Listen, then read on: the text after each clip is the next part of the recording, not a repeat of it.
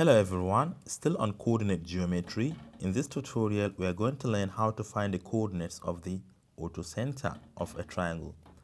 But before we start, I would like to differentiate between orthocenter and circumcenter. Remember, in our previous lesson, we have solved a problem under circumcenter. So let's assume we have two triangles here. I would like to differentiate the two. So here are my two triangles. For circumcenter, it is the point where the perpendicular bisectors of these three lines meet. Yes. So if you have a perpendicular bisector of this line, which is this one, let me extend it a little bit. And you have another perpendicular bisector here. And lastly, this one. So that point where the three lines meet is said to be the circumcenter. But what about this one? In orthocenter, the line is perpendicular to the opposite side, but it comes directly from each vertex. So let's assume we have a vertex here, which you can clearly see. The line comes perpendicular to this particular line, not necessarily meeting this line at a midpoint, but this one you can see this is a midpoint, likewise this and this. Then you have another perpendicular line coming from the opposite side, and lastly we have another one here. So this point where the three lines meet is said to be the orthocenter. This is circumcenter, while this is orthocenter. So we are going to find this one in this tutorial. All right. So we have three vertices: A, which has the coordinates 4, 2.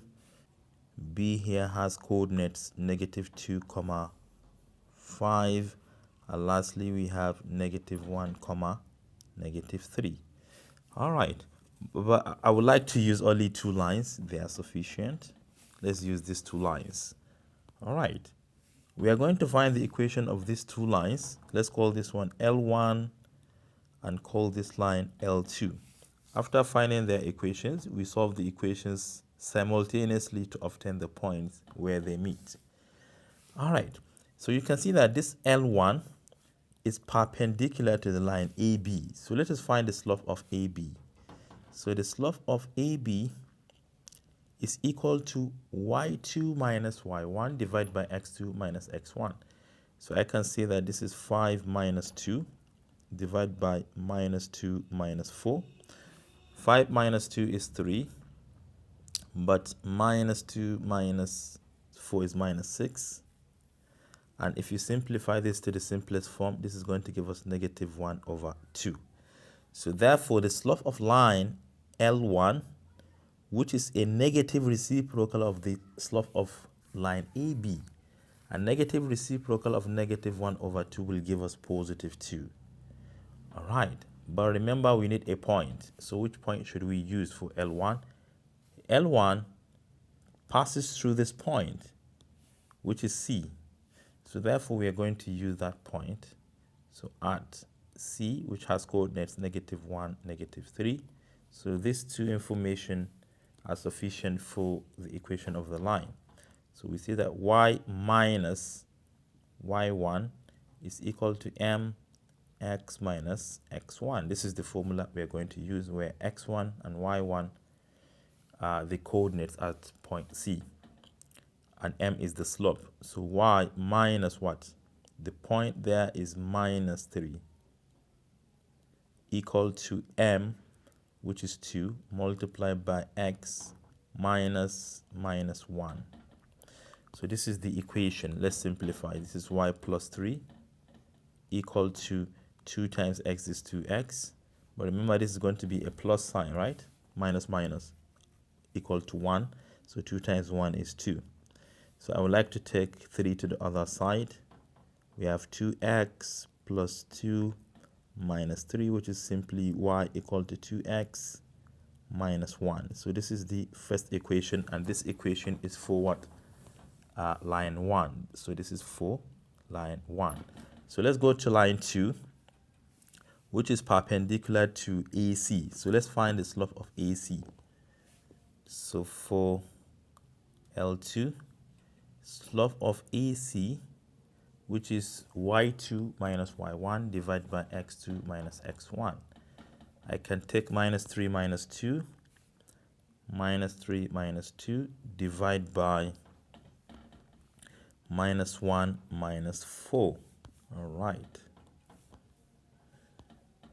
Let me confirm. Minus 1 minus 4.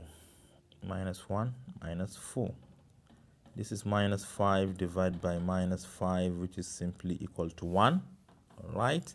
Therefore, slope of line 2, which is perpendicular, negative reciprocal of this, would be minus 1. So at which point that line 2 meets B, right? So we're going to use B, which is minus 2, 5.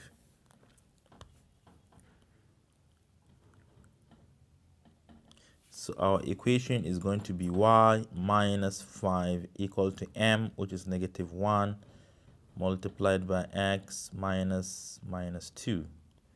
So this is y minus 5 equal to minus 1 times x is minus x. This is plus, right? So minus 1 times 2 is minus 2. I'm going to take negative 5 to the other side. This is y equal to negative x. As this crosses over, it becomes positive 5 minus 2 is 3. So we have two equations for line 1 and line 2. And we're going to solve them simultaneously. And since all of them are written as y in terms of x, we're going to set their right-hand sides equal. So 2x minus 1 from this equation will be equal to minus x plus 3. So 2x minus 1 is equal to minus x plus 3. If you take this one to the left, it becomes positive. So 2x plus x equal to 3 plus 1 as this one crosses over. So we have 3x equal to 4. You divide both sides by 3, you have x is equal to 4 over 3. So this is the point. Then we need a value for y. I can take any of these equations. Remember, y is equal to negative x plus 3. But we have seen that x is 4 over 3. So y is equal to negative 4 over 3 plus 3. So if you simplify, 3 times 3 is 9. 9 minus 4 is 5. So this is 5 over 3. So you can see we have a point. That orthocenter, the coordinates for x, we have 4 over 3. And for y, we have 5 over 3. Yeah, so it implies that the point here, this particular point here, is this one, which is 4 over 3, 5 over 3. Thank you for watching. Do share to your learning colleagues. Bye-bye.